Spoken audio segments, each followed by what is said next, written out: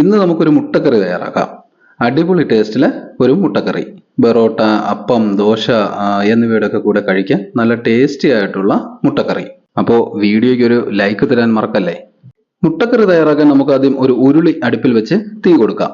തീ ഹൈ ഫ്ലെയിമിൽ തന്നെ ഇരിക്കട്ടെ കേട്ടോ. അപ്പോൾ ചട്ടി ചൂടായിട്ടുണ്ട്. ഇനി നമുക്കിതിലേക്ക് 2 ടേബിൾ സ്പൂണ് വെളിച്ചെണ്ണ ഒഴിച്ചു കൊടുക്കാം. ഓയിൽ നമുക്ക് ഇഷ്ടമുള്ളത് ഉപയോഗിക്കാം. പാം ഓയിൽ ആണെങ്കിലും കോക്കനട്ട് ഓയിൽ ആണെങ്കിലും നമുക്ക് ഏത് വേണോ നമുക്ക് ഇഷ്ടമുള്ളത് ഉപയോഗിക്കാം. വെളിച്ചെണ്ണ തിളച്ചു. ഇനി നമുക്കിതിലേക്ക് 1 ടീസ്പൂണ് കടുക് ഇട്ട് കൊടുക്കാം. ഈ കടുകെല്ലാം ഒന്ന് പൊട്ടി വരട്ടെ കേട്ടോ. അപ്പോൾ കടുകെല്ലാം പൊട്ടി പൊങ്ങി വന്നിട്ടുണ്ട്. ഇനി നമുക്ക് 2 തണ്ട് കറിവേപ്പില ഇറുത്ത് ഇട്ട് കൊടുക്കാം. കറിവേപ്പില മൊരിഞ്ഞു വന്നിട്ടുണ്ട്. ഇനി നമുക്ക് ഇഞ്ചി വെളുത്തുള്ളി ചതച്ചത് 2 ടേബിൾ സ്പൂൺ ഇതിലേക്ക് ചേർത്ത് കൊടുക്കാം. ഇഞ്ചിയും വെളുത്തുള്ളിയും ഒരുമിച്ച് ചതച്ചെടുത്താൽ മതി കേട്ടോ. തനിയായിട്ട് എടുക്കണമെന്നൊന്നുമില്ല. ഇതിനെ ഒന്ന് മൊരിഞ്ഞ് കളർ മാറി വരുന്നത് വരെ നമുക്ക് തീ മീഡിയം ഫ്ലെയിമിൽ വെച്ചിട്ട് ഇളക്കി കൊടുക്കാം. കണ്ടോ, ഇഞ്ചി വെളുത്തുള്ളി കളറൊക്കെ മാറി നല്ല മൊരിഞ്ഞ് ബ്രൗൺ കളറിൽ വന്നിട്ടുണ്ട്. ഇനി നമുക്ക് ഒരു 20 ചെറിയ ഉള്ളി കഷ്ണങ്ങളാക്കി മുറിച്ചത് ഇതിലേക്ക് ചേർത്ത് കൊടുക്കാം. ഇനി ഇത് നല്ല പോലെ ഒന്ന് ഇളക്കി കൊടുക്കാം. ഒരു 3 മിനിറ്റ് ഈ ചെറിയ ഉള്ളി നല്ല പോലെ ഒന്ന് ഇളക്കി കൊടുക്കണം. അപ്പോഴേക്കും ഉള്ളി പകുതി വേവാകും. ഇതിപ്പോ 3 മിനിറ്റ് ആയി. കണ്ടോ, ചെറിയ ഉള്ളി പകുതി വെന്തു. ഇനി നമുക്ക് ഒരു 4 മീഡിയം സൈസ് സവാള നീളത്തിൽ അരിഞ്ഞത് ഇതിലേക്ക് ചേർത്ത് കൊടുക്കാം. നമുക്കിത് നല്ലവണ്ണം ഇളക്കി കൊടുക്കാം. ഒരു 15 മിനിറ്റ് മീഡിയം ഫ്ലെയിമിൽ സവാള നല്ല പോലെ ഇളക്കണം കേട്ടോ.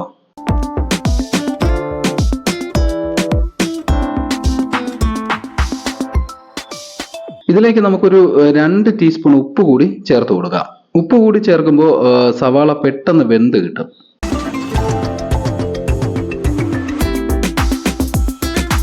ഇനി നമുക്കിത് നല്ല പോലെ ഇളക്കി കൊടുക്കാം.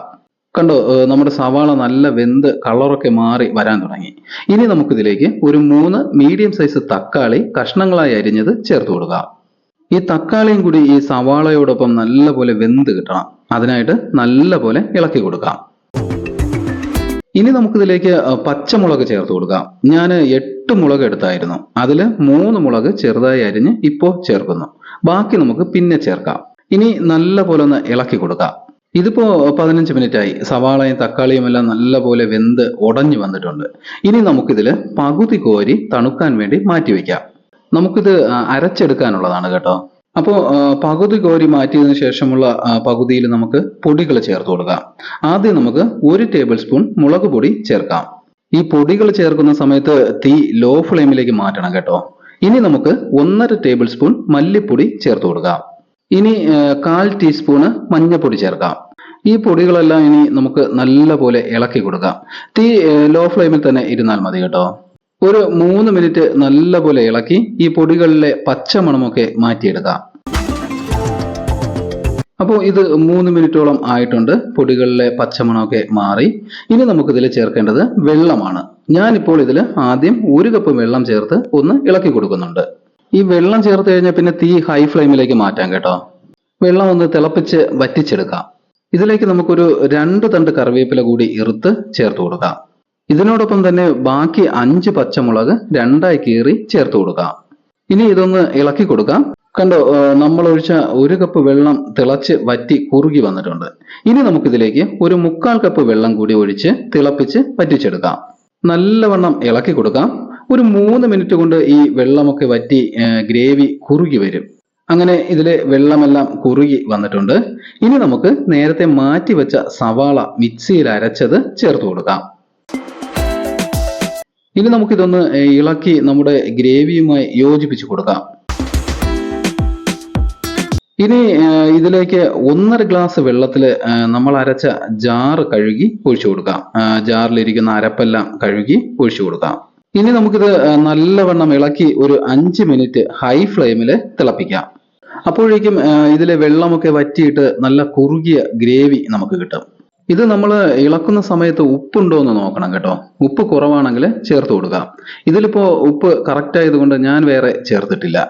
അപ്പോൾ ഗ്രേവി തിളച്ചു തുടങ്ങിയിട്ടുണ്ട്. ഇനി നമുക്കിതിലേക്ക് 1 ടേബിൾ സ്പൂൺ ഗരം മസാല പൊടിച്ചത് കൂടി ചേർത്ത് കൊടുക്കാം. ഇനി നമുക്കിത് നല്ല പോലെ ഒന്ന് ഇളക്കി കൊടുത്തിട്ട് തിളയ്ക്കാൻ വിടാം. അങ്ങനെ നമ്മുടെ ഗ്രേവി തിളച്ച് വെള്ളമൊക്കെ വറ്റി കുറുകി വന്നിട്ടുണ്ട്. കണ്ടോ, ഇനി നമുക്ക് തീ ലോ ഫ്ലെയിമിലേക്ക് മാറ്റാം. അതിനുശേഷം ചെറുതായി അരിഞ്ഞ മല്ലിയില ഇതിലേക്ക് ചേർക്കാം. ഇനി നല്ല പോലെ ഒന്ന് ഇളക്കി കൊടുക്കാം. അങ്ങനെ നമ്മുടെ മുട്ടക്കറിക്ക് ആവശ്യമായ ഗ്രേവി തയ്യാറായിട്ടുണ്ട്. ഇനി നമുക്ക് ഇതിലേക്ക് അവിച്ച മുട്ട ഇട്ട് കൊടുക്കാം. അപ്പോൾ ഇനി നമുക്ക് തീ ഓഫ് ചെയ്യാം. തീ ഓഫ് ചെയ്തു. ഇനി ഒന്ന് ഇളക്കി കൊടുക്കാം. അങ്ങനെ ടേസ്റ്റി ആയിട്ടുള്ള മുട്ടക്കറി തയ്യാറായിട്ടുണ്ട്. ഇനി നമുക്കിത് ഒരു സെർവിങ് ബൗളിലേക്ക് മാറ്റാം. സൂപ്പർ ടേസ്റ്റ് ആണ് കേട്ടോ ഇങ്ങനെ തയ്യാറാക്കുന്ന മുട്ടക്കറിക്ക്.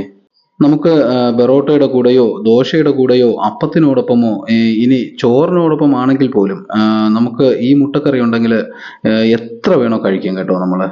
അത്രയ്ക്ക് ടേസ്റ്റാണ് ഈ മുട്ടക്കറി. അപ്പോൾ എൻ്റെ എല്ലാ കൂട്ടുകാരും ഇനി മുട്ടക്കറി തയ്യാറാക്കുമ്പോൾ ഇങ്ങനെ തയ്യാറാക്കണേ. നിങ്ങളുടെ അഭിപ്രായങ്ങൾ കമൻറ്റ് ചെയ്യണേ. വീഡിയോയ്ക്ക് ലൈക്ക് ചെയ്യുവാൻ മറക്കല്ലേ. പുതുതായി ചാനൽ കാണുന്നവരാണെങ്കിൽ ചാനൽ ഒന്ന് സബ്സ്ക്രൈബ് ചെയ്ത് ആ ബെല്ലൈക്കൺ കൂടി ഒന്ന് പ്രസ് ചെയ്തേക്കണേ. അപ്പോൾ ഞാനിടുന്ന പുതിയ വീഡിയോകൾ നിങ്ങൾക്ക് നോട്ടിഫിക്കേഷനായി ലഭിക്കും. എൻ്റെ എല്ലാ കൂട്ടുകാർക്കും നന്മയുണ്ടാകട്ടെ എന്ന് ഞാൻ ആശംസിക്കുന്നു. അപ്പോൾ വീണ്ടും നമുക്ക് പുതിയൊരു വീഡിയോയുമായി കാണാം. ഓക്കെ.